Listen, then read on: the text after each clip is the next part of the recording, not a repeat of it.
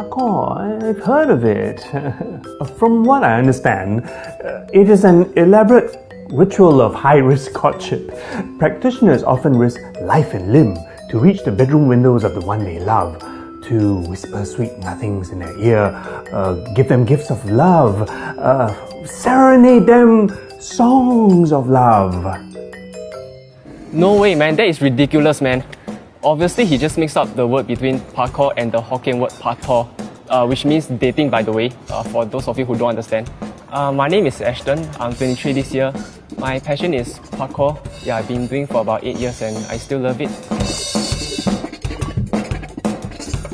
This sport sees practitioners overcoming walls, railings, and other urban architecture without any special equipment.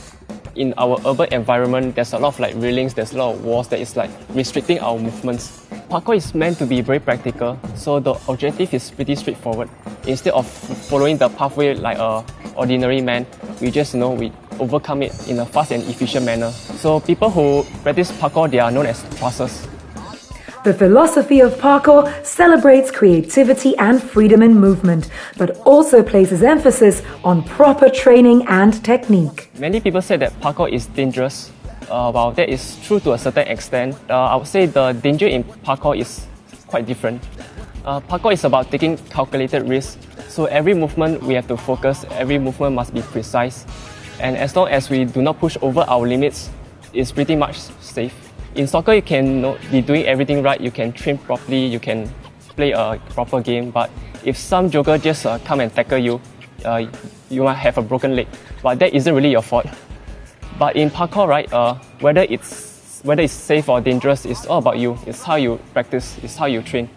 Proficiency in parkour requires strength, flexibility, good reflexes, and excellent coordination. The sport also places an emphasis on psychological conditioning, on how to best overcome obstacles quickly and efficiently without deviating from their destination. Tracers use their environment to train and perfect their parkour techniques. In Singapore, the high-rise architecture provides ample opportunities. Usually we refer these training areas as hotspots. So there are a few places in Singapore that is pretty popular, like Bishan, Sengkang, Bangkok area as well. I haven't really gotten into major accidents, even though I did have some major injuries.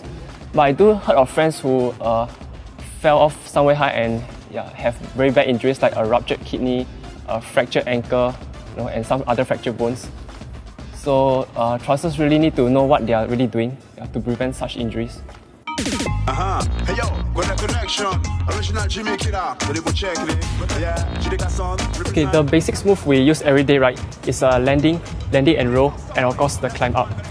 For landing, right, if we are jumping from high places, we will land on the balls of our feet. We also use our arms to absorb as well, and we make sure we do not lock any of our joints. The second one is rowing after a land. The correct technique of rowing after landing is we actually roll diagonally across our backs. If we roll diagonally, we will not hit our spine. So it's also to redirect the extra momentum. And making use of this momentum, we can immediately stand up and continue running. The third move is climbing up. In case if we need to get to high places, we will need to have enough strength and the correct technique to climb up without damaging our arms. We use our hand and grab to the top. We quickly pull up, and we have to make sure our wrist is on top of the wall. So this way we can have enough strength and push up. After I took up parkour, I noticed it increased my physical and mental strength. Physical wise, it's pretty straightforward. I can jump higher, I can run faster. It just gives me better physical attributes. So on the mental side, I'm a better person. I constantly improve myself. Even in my daily life, I learn how to solve my problems, just like how I learn how to overcome every obstacle as well. So parkour just make me a better person. Professor Go, you confuse the word parkour with paktor. Give me a break. I'm a cultural expert, not a linguist.